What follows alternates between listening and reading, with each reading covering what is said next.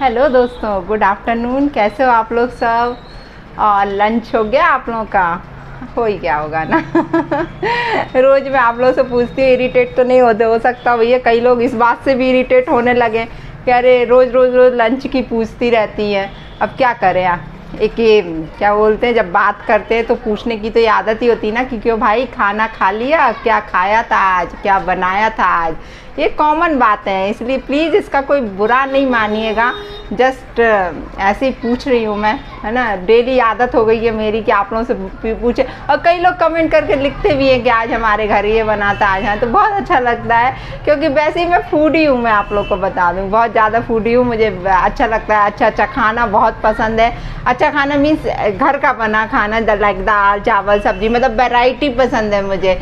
कभी भी मैं एक सब्जी रोटी से खाना नहीं खा पाती हूँ। मैं आप लोगों को बताऊँ, मुझे ऐसा लगता है कि वैरायटी होनी चाहिए थाली में। मतलब यदि दाल है तो चावल भी, चटनी भी, मिर्ची भी, और चलो तो मतलब 2-3 तरह का सूखा साग हो, मतलब रायता हो। ऐसी थाली मुझे बहुत पसंद है। और इतना हौच पौच वाली लाइफ में भी मैं ये सारा चीज़ प्रिपेयर करके ही खाना खाती हूँ। साथ में मेरी मम्मी हेल्प करती है, हालांकि अकेले तो नहीं हो पाता इतना सारा, लेकिन मैं कभी भी एक सब्जी से या दाल वगैरह से सिर्फ रोटी नहीं खा पाती हूँ। मुझे और वो भी सुबह वाले खाने में। शाम को तो जो भी मिल जाए फटाफट 2 रोटी खाना है, बस इससे ज़्यादा नहीं खाना है शाम को, और वो भी जल्दी खाना है। 6 साढ़े 6 तक मैं शाम का खाना खा लेती हूँ।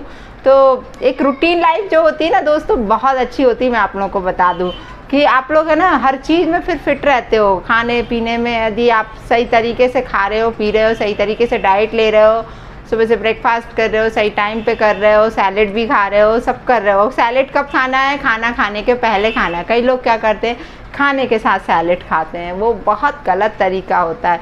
खाने के 1-1.5 घंटे पहले जो आपका सुबह का माइल होता है, फर्स्ट माइल जो होता है, उसमें आप सैलेड खाओ, बहुत अच्छा होगा। जूस पियो, वो बहुत अच्छा होगा। मतलब कहते हैं ना लोग, मेरे से पूछते हैं तो मैं अपना राज बता रही हूँ आप लोगों को कि मैं क्या करती हूँ। कई बार तो खैर ठीक है, मैं नहीं कर पाती हूँ, क्योंकि अभी जो बहुत ज़्यादा हौच पौच चल रहा है ना क्लासेस के कारण। आज मेरा सुबह, आप लोग को एक बहुत अच्छी खुशखबरी देती हूँ कि सुबह वाला बैच मेरा ख़त्म हो गया है। अब मुझे टाइम मिलेगा, है ना। आज मैंने एंड कर दिया, क्योंकि अब मुझे 3-4 दिन की मैं छुट्टियाँ कर रही हूँ, क्योंकि आप लोगों को मालूम है कि मेरे घर फंक्शन आने वाला है। तो अब सीधा क्लास लगेगी हमारे यहाँ थर्सडे से।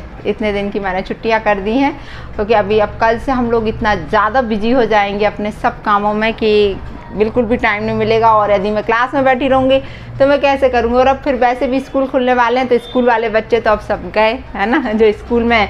बस फिर वो फाइन आर्ट वाले ही बच्चे आते हैं मेरे पास, वो ही सब उतना ही रहते हैं। तो दोस्तों आज का टॉपिक आपने देख लिया। मैं जब से पटर कर रही हूँ बहुत ज़्यादा, तो कई लोगों को मैं इरिटेट ना कर रही हूँ कि मैडम तो बस शुरू हो जाती है बैठ के बात करने के लिए। इनके पास कोई काम वाम नहीं होता। भैया काम बहुत होता है, बहुत ज़्यादा बिजी रहते हैं, लेकिन अच्छा लगता है आप लोगों से इस टाइम दोपहर को थोड़ी देर बात करना। जो भी बात होती है वो सारी शेयर कर देती हूँ।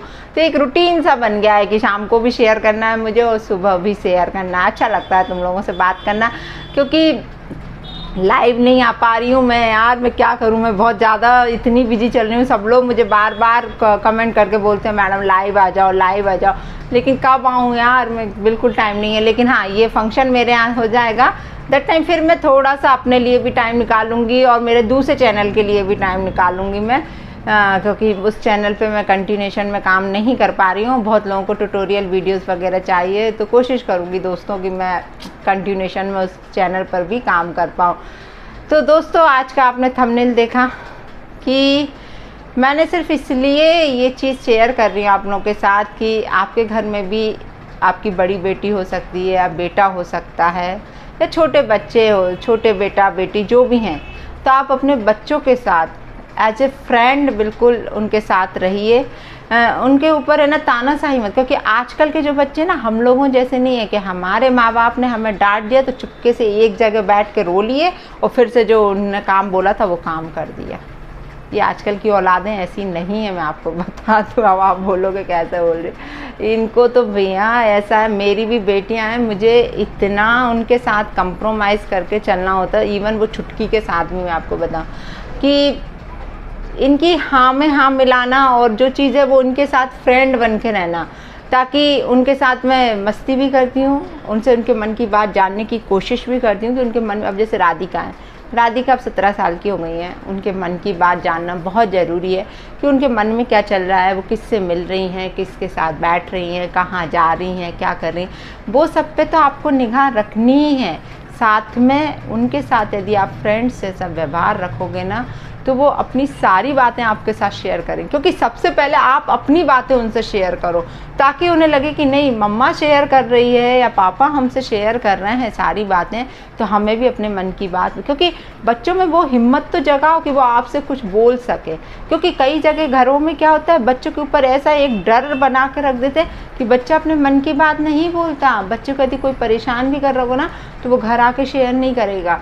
बच्चा यही बोलेगा कि आप हमें समझते कब हो, आप हमारी बातों को नहीं समझते, हमको नहीं समझते, आप हमारी प्रॉब्लम को नहीं समझते। क्योंकि ऐसा नहीं, आजकल छोटे से छोटा बच्चे की भी प्रॉब्लम होती है, हम आपको बताते। ऐसा लगता है कि इस एज में तो हम जानते भी नहीं थे कि प्रॉब्लम की स्पेलिंग भी नहीं जानते थे कि होती क्या है, और इन लोगों को भी प्रॉब्लम होती है, इन लोगों को भी टेंशन होती है। उस उम्र में हम कहाँ जानते थे कि टेंशन होती है, लेकिन आजकल छोटे बच्चों को भी टेंशन है, प्रॉब्लम है, ये सारी बातें। तो उनसे उनकी बातें जानना बहुत ज़रूरी, क्योंकि कई बच्चे इंट्रोवर्ट होते हैं, वो कुछ भी नहीं शेयर करते हैं, वो अपने मन में ही घुलते रहते हैं, और इस चीज़ का फ़ायदा बाहर के लोग ज़्यादा उठाते हैं। ये चीज़ आप लोग ध्यान रखिएगा, हमेशा बाहर के लोग आके इन चीज़ों का फ़ायदा उठाएंगे और आपके बच्चे को आपसे अलग कर देंगे बिल्कुल। तो ये चीज़ों को ध्यान रखो कि आप अपने बच्चे के साथ ऐसे फ्रेंडली रहो कि बच्चा सारी चीज़ें आपके साथ शेयर करे, वो कभी भी डरे ना बिल्कुल भी आपसे कुछ भी बोलने में, बिंदास आपके साथ। और देखो, यदि एक चीज़ और आप लोग ध्यान रखो, यदि बच्चा गलती भी कर रहा है ना, ये चीज़ ध्यान रखना, बच्चा यदि गलती भी कर रहा है, ये मत बोलना मैं धीरे के बोलने लगी, धीरे नहीं बोल रही, मेरा खुद का ही टोन शांत हो गया।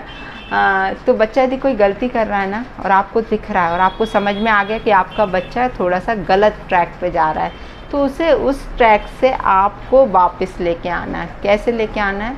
जस्ट फ्रेंड बनकर।